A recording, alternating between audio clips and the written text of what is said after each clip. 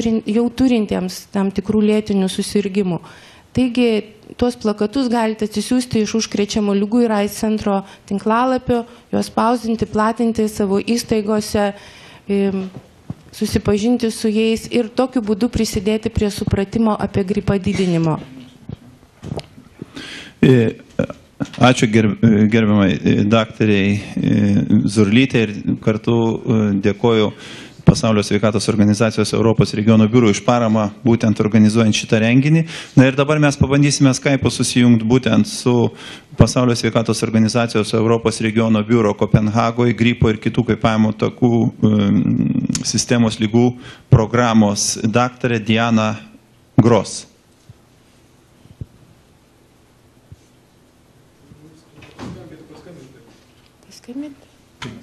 Kas turi?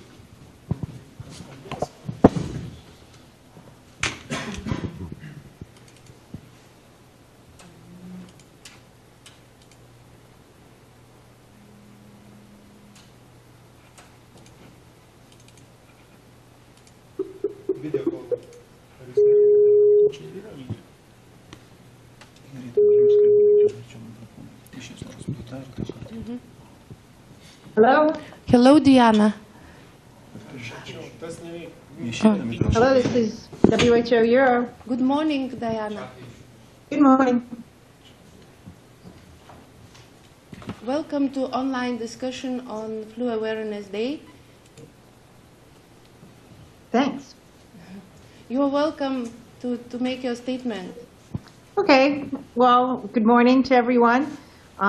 This is Diane Gross. I'm an epidemiologist with the World Health Organization Regional Office for Europe. Very happy to be asked to participate in the Flu Awareness Day activities that you're having in Lithuania. It's very wonderful to see the enthusiasm that you have there for promoting this very important activity. What I'd like to do today is just highlight a little bit about the work that WHO does for influenza, and one of their most important, or one of their main activities they do, has been surrounding influenza surveillance. And so WHO has been active in influenza surveillance for over 50 years in coordinating surveillance globally. And they do this by two ways. They collect virologic information on influenza virus, and through the Global Influenza Surveillance and Response System. And then they also collect epidemiologic data through the Global Influenza Program. And these two programs monitor the evolution of influenza viruses, provide recommendations for laboratories about diagnostics, work on vaccines and development of strains for new influenza vaccines, look at antiviral susceptibility, perform risk assessments, and are the main global alert mechanism for the emergence of new influenza viruses of pandemic potential. They use the epidemiologic data to provide information on risk groups and information about flu transmission to allow national policymakers to better prepare for the upcoming season. They look at the, as I said, the risk groups, transmission characteristics, and impact of influenza, and they monitor global trends in flu transmission and use that information to support the selection of the new influenza strains for vaccine production. And WHO does this through two global platforms to collect information, one of which is a program called Flu ID, which collects epidemiologic data, and another program, FluNet, is the tool for collecting virologic surveillance. And this is critical for tracking the movement of viruses globally and allow for interpreting the epidemiologic data. The information that's collected from these two platforms is published every other week during the entire year and is posted on the WHO website, the headquarters website, and this is called Influenza Updates, and it's available on the web every other week, providing kind of global trends. But here in the European region, WHO works with our partner, the European Centers for Disease Prevention and Control, to collect surveillance data from the network of 53 member states.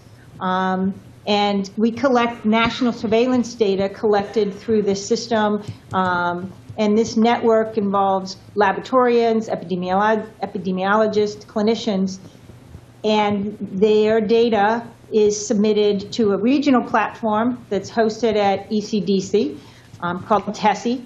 They submit both virologic and epidemiologic data.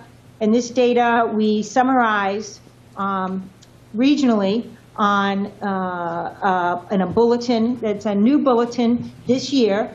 There's one bulletin called Flu News Europe. This bulletin is published every Friday during the flu season, so this is the 4th week. It will be published tomorrow on Friday in both English and Russian. Lithuania is one of our active member states that routinely contributes data that's vital to helping us summarize information across Europe.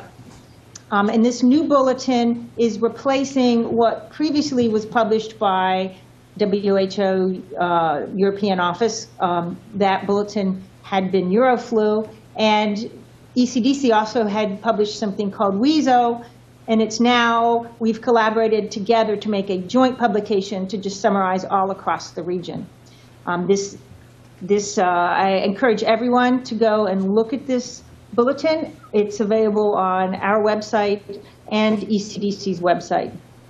And in this bulletin, we collect clinical data from outpatient surveillance, including influenza-like illness, acute respiratory illness, information on hospitalized cases, both laboratory-confirmed cases and severe acute respiratory illness. We have indicators looking at geographic spread, trends and intensity of influenza in countries, as well as virologic data looking at the amount and percentage of influenza, types and subtypes of flu viruses, isolated molecular and antigenic characterizations, and information on antiviral resistance.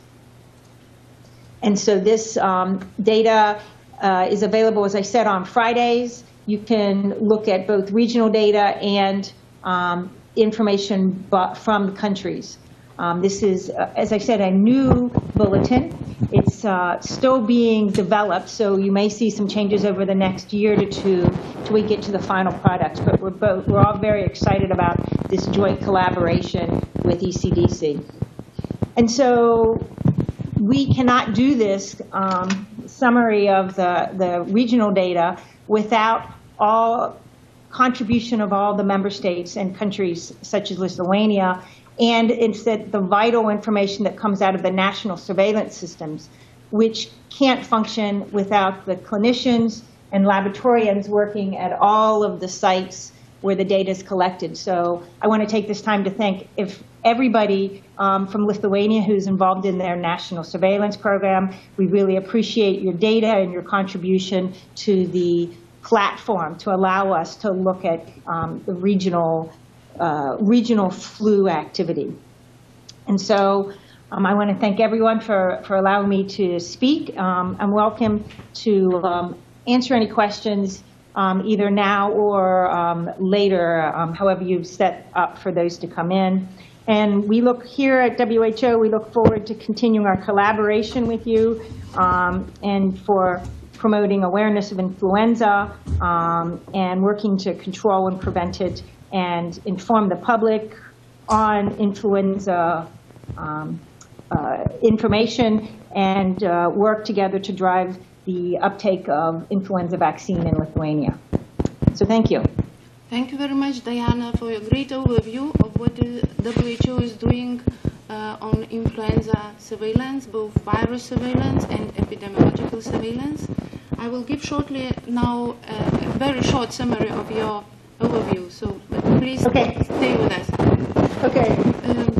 Norėčiau trumpai pasakyti, kad Diana paminėjo, ką Pasaulio sveikatos organizacija veikia. Ir yra du svarbiausi dalykai, dvi svarbiausios sritis. Tai yra epidemiologinė priežiūra gripo, tai yra susirgimai, mirčių ir sergamumo atvejų fiksavimas ir taip pat viruso stebėsena, nes gripo virusas labai greitai kinta ir būtina nuolat stebėti, kurie linkme jis kinta, kad galima būtų duoti tinkamas rekomendacijas skiepų parengimui. Taip pat dirbama ir globalių lygių, ir europinių lygių. Ir Europoje PSO bendradarbiauja kartu su Europos Sąjungos ir Europos komisijos Europos lygų kontrolės centru. Ir šiemet naujovė yra, kad pradėtas kartu leisti naujas biuletenis apie gripą. Jis pasirodo kiekvieną savaitę, penktadienį, ir jame pateikiama visa naujausia informacija. Taip pat Diana padėkojo visoms valstybėms šalims, taip pat Lietuvai, kuri yra ypač aktyvi, monitoruojant ir stebint gripo situaciją, padėkojo už teikiamus duomenis, nes Pasaulio sveikatos organizacija gali apibendrinti juos ir pateikti analizės tik dėka tokių aktyvių šalių kaip Lietuva indėlio. Ir taip pat jį padėkoja visiems specialistams, ir laboratorijų specialistams, ir epidemiologams, ir medikams, klinicistams, kurie teikia šią informaciją ir dirba su ją, ir taip pat tikisi toliau sėkmingo bendradarbiavimo. Aš dar norėčiau atsakyti keletą klausimų ir tiesiog padėkoti už teisingai suformuluotą klausimą, jeigu aš sergu onkologinę ligą ir gydausi, ar tikslinga kiekvienais metais skiepytis nuo gripo. Tai norėčiau atsakyti, kad iš tikrųjų tai tam klausytojui ir kitiems, kurie serga onkologinėmis lygomis, tai viena iš labai svarbių rizikos grupių sirgti sunkia gripo forma. Ir aišku, mes suprantam, kad jeigu žmogus sergantis onkologinę ligą gauna gydymą, tai tas gydymas yra tam tikra prasme slopinantis imuninį atsaką ir to žmogaus atsakas ir į vakciną nebus pakankamai tikėtina geras. Tačiau vis tiek yra tam tikra tikimybė ir galimybė, kad tas žmogus bus apsaugotas nuo, kaip jau minėjau, sunkių gripo formų ir todėl tokiems asmenims skiepytis nuo gripo būtina. Dar kartą primenu, kad jums netgi priklauso nemokama vakcina šeimos gydytojo, poliklinikui pas šeimos gydytoją. Tuo pačiu norėčiau pasakyti, kad šiuo metu dirba specialistų darbo grupė, kuri ruošia rekomendacijas įvairių rizikos grupių žmonių skiepijimą ir tos rekomendacijos bus skirtos gydytojams, šeimos gydytojams pagrindinai, kad jiem būtų lengviau susiorientuoti, nuo kokių pagrindinių ligų reikėtų saugoti įvairiom lėtiniam ligom ir taip pat imunitetą slopinančiom ligom arba vaistus gaunantiem pacientam, kurie slopina imunitetą, kaip reikėtų juos teisingai skiepyti.